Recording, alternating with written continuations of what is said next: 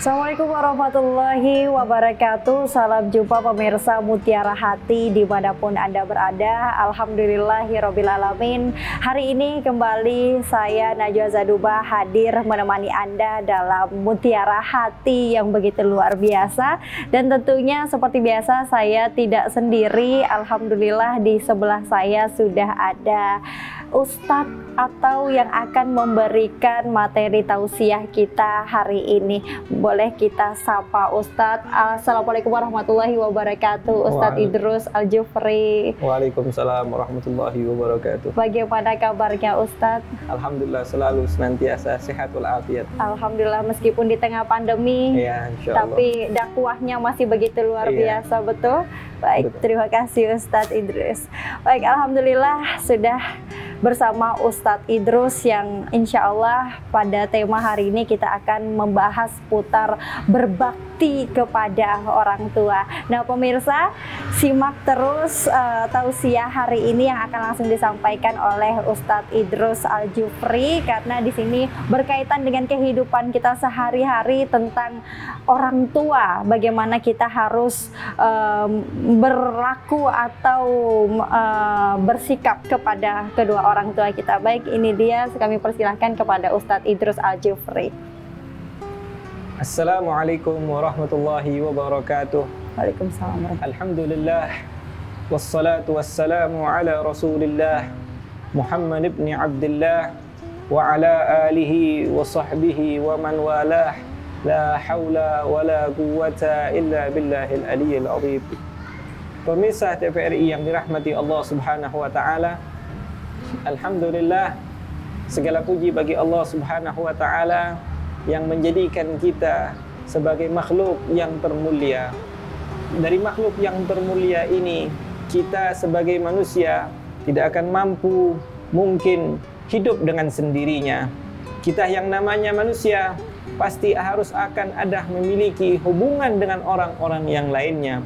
Adapun orang yang paling terdekat dengan hubungan kita tidak lain adalah kedua orang tua kita.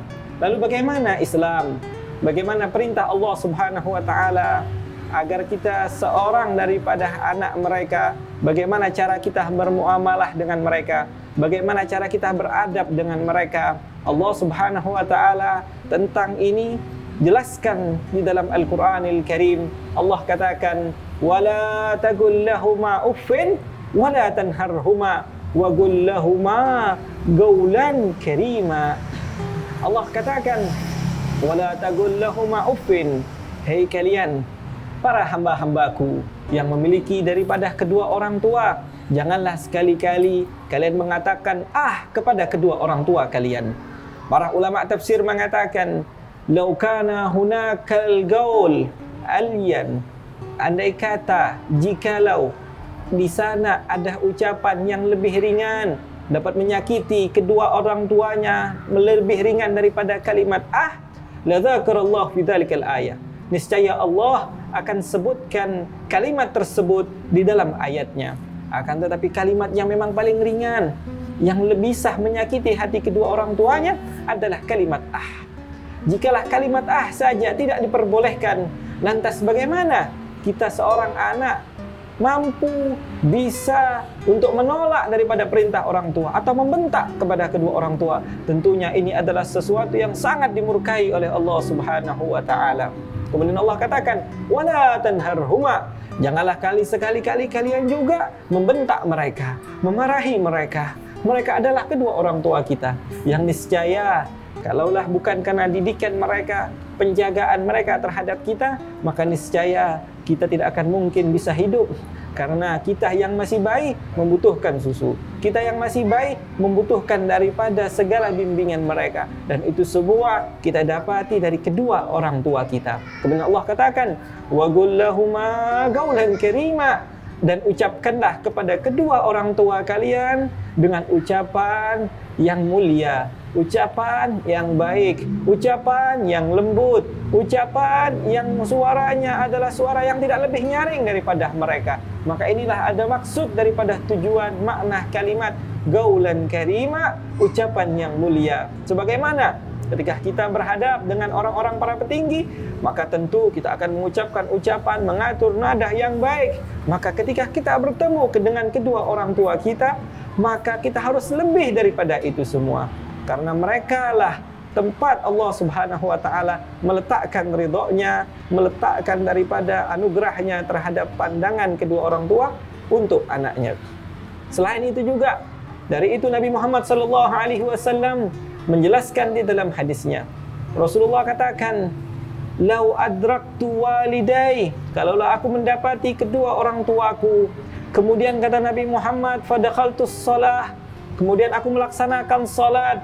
"Wa qara'tu fatihatal kitab," aku membaca surah Al-Fatihah.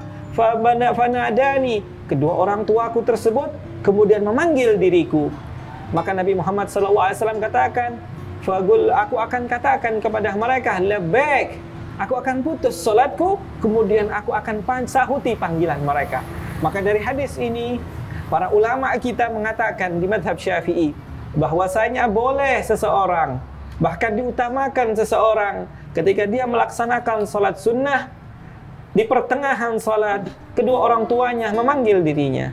Jikalau dengan panggilan tersebut kita tidak menyahuti panggilan kedua orang tua kita, akan membuat orang tua kita susah hatinya, akan membuatkan hati orang tua kita merasa gundah, mungkin marah kepada kita. Maka lebih utama untuk kita membatalkan sholat sunnahnya kita, dan kemudian kita menyahuti panggilan mereka. Tentunya hal yang seperti ini diajarkan Nabi Muhammad SAW untuk menunjukkan kepada kita pentingnya seorang anak untuk menjaga hubungannya dengan kedua orang tuanya. Mudah-mudahan kita yang masih memiliki kedua orang tua selalu senantiasa mendapatkan daripada rasa kasih sayang mereka, bisa membahagiakan mereka, dan mereka juga meridhoi diri kita. Dan orang yang orang tuanya telah mendahului diri kita, maka jangan pernah putus untuk mendoakan mereka, selalu senantiasa mendoakan mereka, Rabbighfirli wali walidayya, Rabbighfirli wali walidayya, warhamhuma kama rabbayani shaghira. Assalamualaikum warahmatullahi wabarakatuh. Waalaikumsalam warahmatullahi wabarakatuh. Begitu luar biasa tausiah dari Ustadz Idrus mengenai berbakti kepada orang tua. Baik pemirsa, usai jeda kami akan hadir kembali bersama Anda, tentunya tetap bersama kami dalam Mutiara Hati.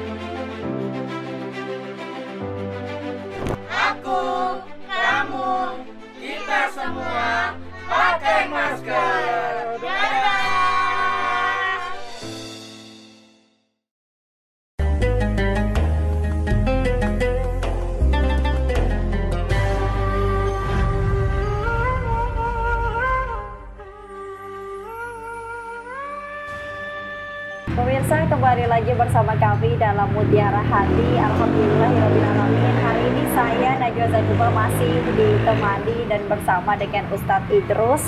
Tadi Ustadz Idrus sudah menjelaskan tentang tausiah berbakti kepada orang tua. Baik, ketika berbakti dengan orang tua, sebenarnya saya pernah dengar itu sama aja kita sedang mengais ladang pahala kepada orang tua. Nah, itu sebenarnya agar kita bisa maksimal menjadikan orang tua ladang pahala kita itu seperti apa, Ustadz? Tentunya hal ini pernah terjadi di hadapan Sayyidina Abu Hurairah, sahabat Nabi Muhammad SAW. Ketika itu Sayyidina Abu Hurairah mendapati ada dua orang pria. Kemudian Sayyidina Abu Hurairah menanyakan, siapa salah satu gerangan laki-laki ini? Kemudian yang mudah menjawab, sesungguhnya ia adalah ayahku. Kemudian melanjutkan dari pertanyaan hal tersebut, Sayyidina Abu Hurairah mengatakan, janganlah engkau panggil nama kedua orang tuamu dengan namanya. Janganlah engkau berjalan di hadapannya. Akan tetapi jika engkau berjalan, engkau sebagai anak, jalanlah di belakangnya atau di sisi kanannya. Kemudian janganlah engkau duduk sebelum dia duduk. Biarkan dulu orang tuanyamu duduk, barulah setelah itu kamu duduk.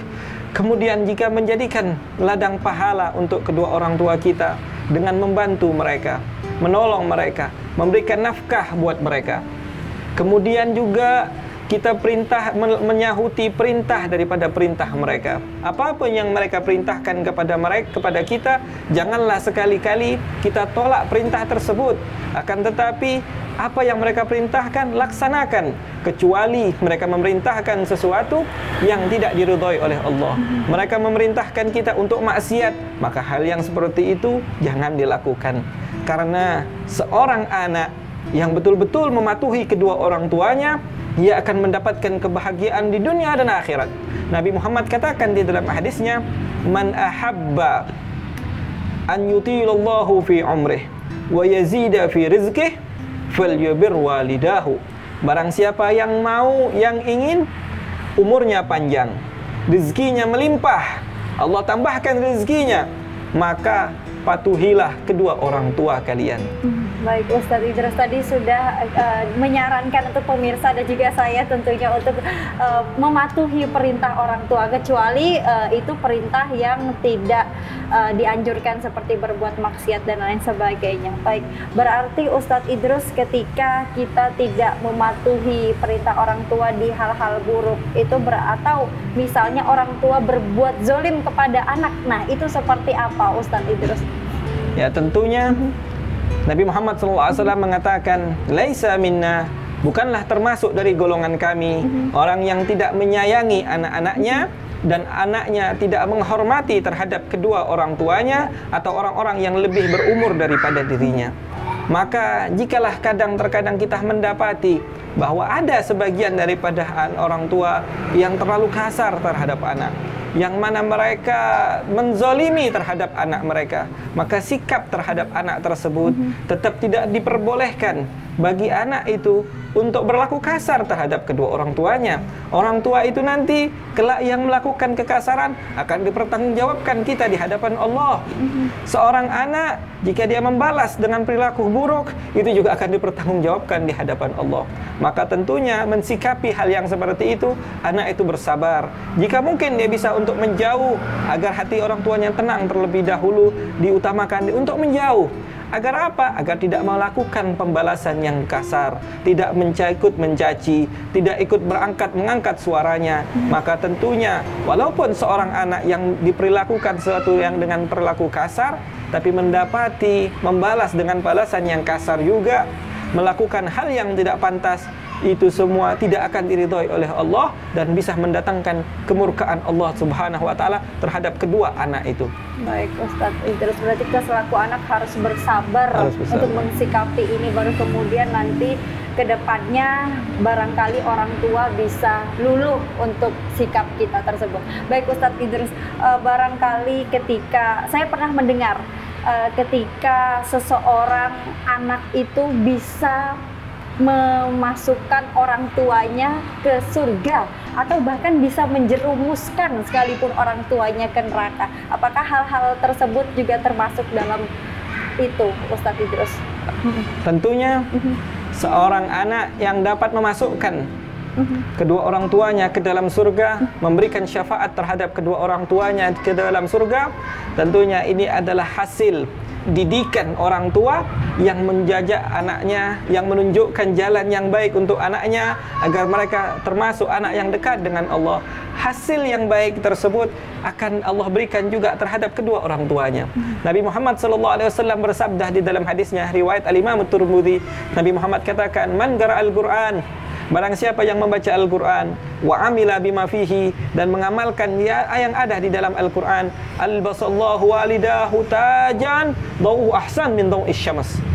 Barang siapa yang membaca Al-Quran, mengamalkan Al-Quran, Allah akan pakaikan kedua orang tuanya sebuah mahkota, yang mana mahkota tersebut memiliki cahaya lebih indah daripada cahaya matahari. Kemudian Nabi katakan, "Fama dhannukum man amila bihadza?" Bagaimana menurut kalian bagi orang yang melakukan hal tersebut?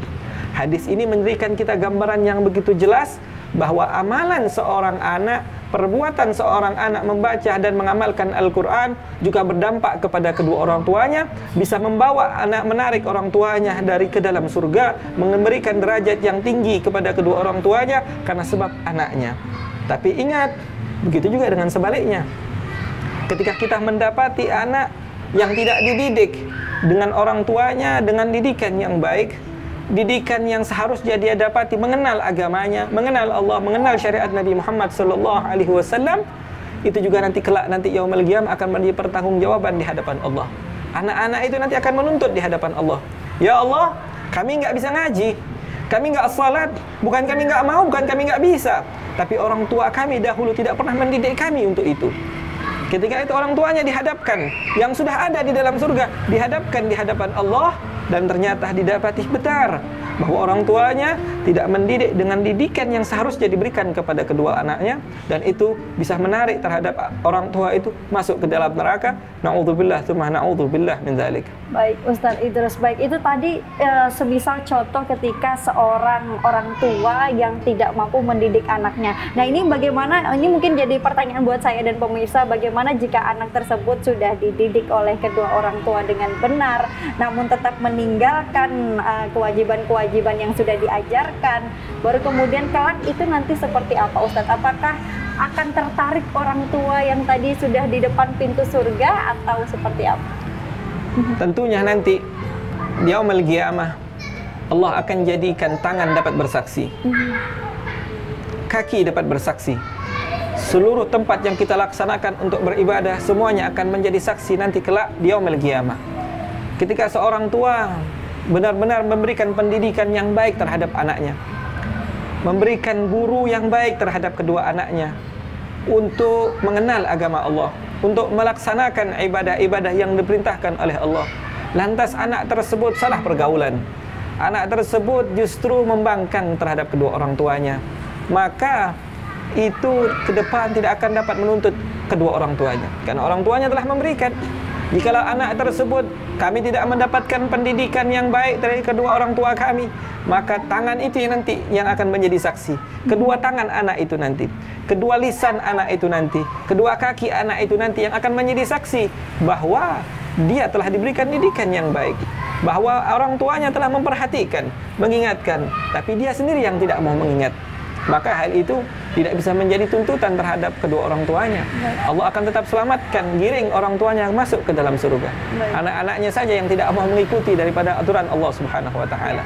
Baik, Ustadz Idrus, mungkin kalau di sini pemirsa di rumah yang orang tuanya masih ada, yang masih beruntung, kita bisa berbakti dengan melakukan hal-hal seperti nyata kita membantu orang lain, orang tua dan lain sebagainya. Jika orang tua sudah meninggal, Ustadz Idrus, bagaimana seorang anak bisa tetap berbakti kepada kedua orang tua yang sudah meninggal misalnya?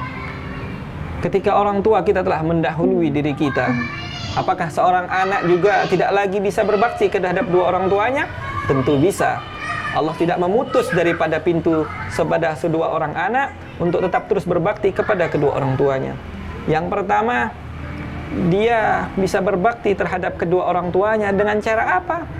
Yang pertama tentunya dengan selalu senantiasa berdoa kepada Allah dengan doa yang seperti kita biasa setelah baca setelah azan, Rabbighfirli wa liwalidayya, Rabbighfirli wa liwalidayya warhamhuma kama rabbayani shaghira, yang Nabi juga datakan di dalam hadisnya, wa doa waladun salih yad'ulah.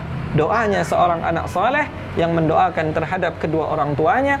Kemudian yang ketiga, cara seorang anak untuk tetap terus melakukan ketaatan kepada kedua orang tuanya dengan menyambung tali silaturahmi teman-teman orang tuanya dahulu, yang dimana kita tahu orang tuanya punya kerabat, punya teman di tempat-tempat tertentu, yang mana kita juga sebagai anak yang orang tua kita telah mendahului kita, tetap kita sambung tali silaturahmi tersebut sebagaimana dijelaskan riwayat hadis, riwayat Imam Sya'rani di dalam kitab beliau Kashful Ghummah. Beliau katakan, manakala orang tua kalian telah meninggal, maka sambung tetap tali silaturahmi orang tua kita terhadap diri kita, karena sesungguhnya itu juga termasuk menyambung, mengamalkan amalan yang baik, mentaati keperintah terhadap kedua orang tua kita. Baik, luar biasa Ustadz Idrus, penjelasan dari pertanyaan-pertanyaan mungkin ini sudah dipertanyakan oleh pemirsa di rumah dan juga saya.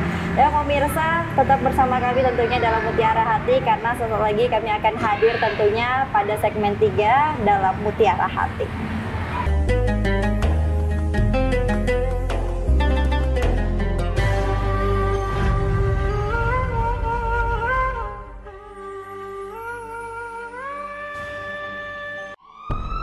Virus corona atau COVID-19 menjadi pandemi yang sudah menelan banyak korban hampir di seluruh dunia. Kenali gejala klinisnya jika terpapar virus ini. Demam, suhu tubuh di atas 37 derajat Celcius, batuk kering, letih, lesu, serta nyeri di persendian, gangguan pernafasan, serta sakit pada tenggorokan. Ayo lakukan langkah mudah guna mencegah virus ini. Rajin mencuci tangan menggunakan sabun atau cairan antiseptik. Gunakan masker saat keluar rumah. Selalu jaga jarak jika berada di keramaian. Eits, jangan lupa rajin berolahraga serta makan makanan yang bergizi untuk meningkatkan imun tubuh kita. Mudah kan?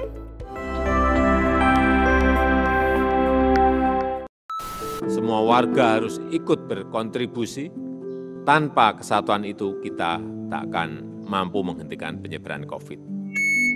Tes. Wahai engkau, di masa pandemi ini, berjuanglah. Apakah engkau akan berdiam diri? Apakah engkau hanya sembunyi? Lihat isi dompetmu. Oh no. Cek saldo token listrikmu. Cek isi lemari dapurmu.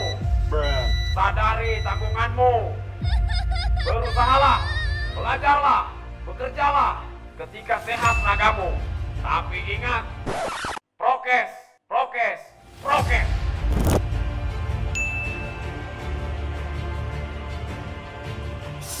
Semangatlah, jangan menyerah, tetaplah teguh.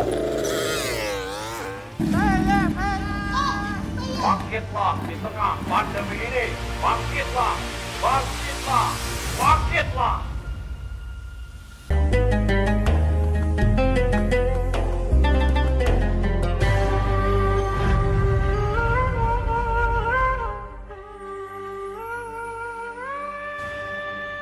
Ya pemirsa, alhamdulillahirrabbilalamin, kembali lagi bersama kami, saya Najwa dan juga Ustadz Idrus, yang tadi sudah menemani pemirsa semua dalam segmen 1 dan 2. Sudah kita dengarkan tausiah dan juga seputar tanya jawab yang sudah kita lakukan tadi tentang tema kita, yaitu berbakti kepada orang tua. Bahwasanya kita sebagai anak memang harus berbakti, karena orang tua ini juga sebagai ladang pahala kita dalam mencari keridhaan kepada Allah Subhanahu wa Ta'ala. Baik Ustadz Idrus, mungkin bisa disampaikan kesimpulan atau pesan untuk masyarakat atau pemirsa semua tentang tema kita hari ini, yaitu berbakti kepada orang tua. Pemirsa yang dirahmati Allah Subhanahu wa Ta'ala, kita yang alhamdulillah masih memiliki kedua orang tua, maka gunakan kesempatan tersebut untuk mendapat keridhaan mereka. Nabi Muhammad sallallahu alaihi wasallam bersabda di dalam hadisnya, ridallah fi ridal walidain wa sukhtullah fi sukhtil walidain. Keridhaan kedua orang tua, keridhaan Allah terdapat dalam keridhaan kedua orang tua kalian, dan kemurkaan Allah terdapat di kemurkaan kedua orang tua kalian. Di dalam hadis yang lain, Nabi Muhammad sallallahu alaihi wasallam menjelaskan, Nabi Muhammad sallallahu alaihi wasallam pernah suatu saat didatangi salah seorang sahabatnya. Kemudian sahabat tadi meminta izin agar ia bisa ikut berjihad bersama Nabi Muhammad sallallahu alaihi wasallam, berperang bersama Nabi Muhammad sallallahu alaihi wasallam. Kemudian Nabi Muhammad mengatakan, "Alaka walidain? Apakah engkau memiliki kedua orang tua?" Lelaki tadi menjawab, "Iya ya Rasulullah." Kemudian Rasulullah menjawab, "Fafihima fajahid." Maka engkau berjihad, jangan ikut dengan kami. Engkau yang masih memiliki kedua orang tua, berjihadlah kepada mereka. Layani mereka, bantu mereka, tolong mereka, berikan nafkah kepada mereka. Maka Nabi Muhammad SAW tidak mungkin melarang seorang anak untuk ikut berjihad kecuali melayani kedua orang tua memiliki pahala yang lebih besar daripada berjihad di jalan Allah Subhanahu wa taala. Oleh karena itu, Al-Habib Salim bin Abdullah bin Umar Asy-Syatiri mengatakan, berapa banyak daripada seorang anak yang mereka pergi kepada wali-wali Allah, akan tetapi mereka lupa bahwa di rumah mereka adalah wali yang lebih wali daripada wali-wali yang lain, yaitu kedua orang tua mereka. Berapa banyak orang yang pergi menziarahi orang lain, akan tetapi dia lupakan kedua orang tuanya, padahal doanya seorang tua itu lebih utama daripada doa daripada 70 wali. Bahkan doanya seorang ibu sama seperti doanya Nabi kepada para umat-umatnya. Kita yang alhamdulillah masih memiliki kedua orang tua, jangan kita sia-siakan kesempatan ini. Gunakan kesempatan tersebut untuk dapat ridha mereka, membahagiakan mereka, menyenangi hati mereka. Maka jika kita senangi hati mereka, Allah senang dengan kita.